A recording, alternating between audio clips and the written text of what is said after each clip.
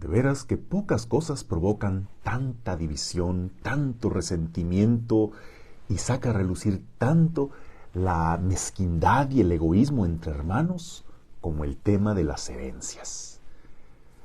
A la pregunta de cómo se debería de repartir una herencia, bueno, pues creo que lo más sensato es decir, pues como sea justo.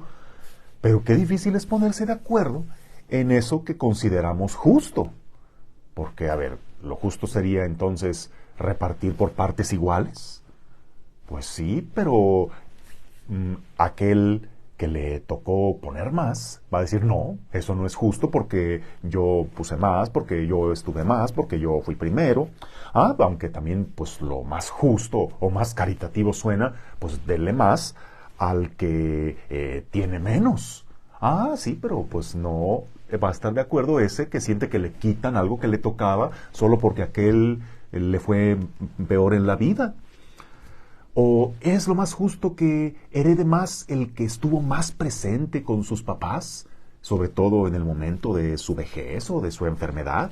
Pues dirán que sí, pero no, hay que respetar la voluntad expresada en el testamento. Sí, pero pues, aquel que dicha voluntad no le favorece, ese pues va a respingar. ¿O qué tal a ese que influyó para que su voluntad le favoreciera más a él? Pues los demás van a irse en su contra porque tú influiste en mis papás para que te dieran más a ti. Y ay, Dios. Entonces, qué difícil puede ser ponerse de acuerdo entre hermanos en el tema de las herencias.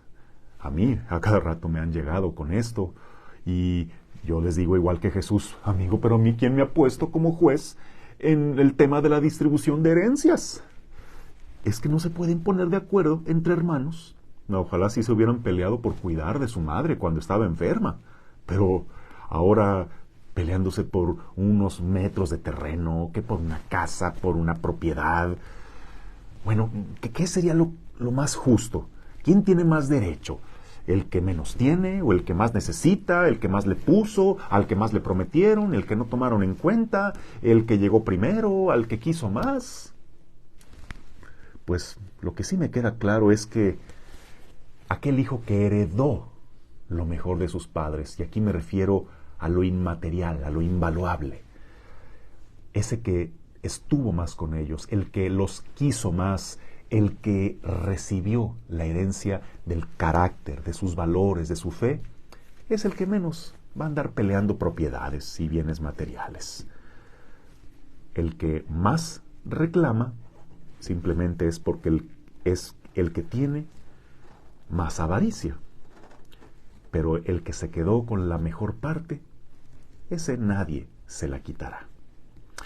Cuando hay avaricia, suele ser proporcional que a mayor riqueza de bienes materiales, mayor es su pobreza en los bienes del espíritu. Y vaya, en el futuro quizás se agudice este tema de las herencias, porque quizás sea la única esperanza de los jóvenes de ahora de tener una casa propia. Es que he escuchado analistas que dicen que esta va a ser la generación que nunca podrá hacerse de una casa propia. Veamos hacia el pasado, nuestros abuelos y nuestros padres, pues a sus 30 años quizá ya con 4 hijos tenían su casa propia porque pues era un tiempo donde los terrenos eran accesibles. Por eso cualquier abuelita que hereda, pues anda dejando no una, sino varias propiedades de las que pudo hacerse, sí, con trabajo duro, pero cuando era algo accesible, cuando a eso tenía que destinar por ahí del 30% de su ingreso.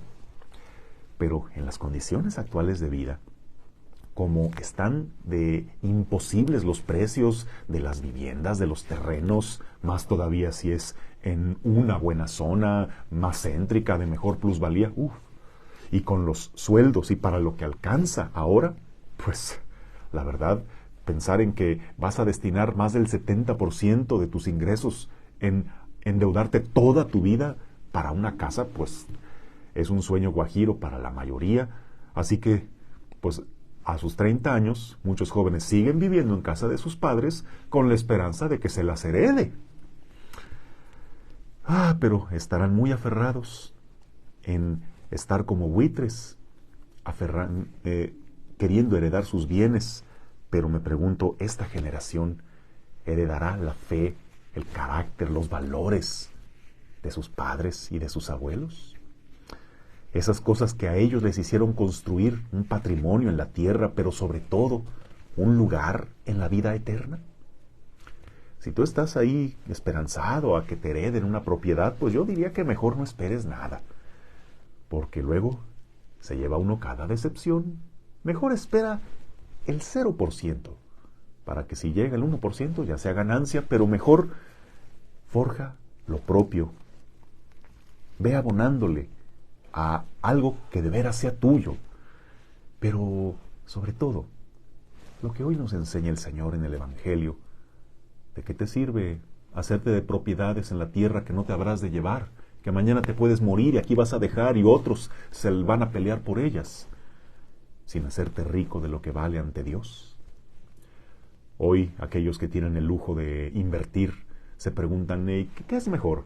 ¿Invertir en comprar acciones, en CETES, en criptomonedas o en bienes raíces?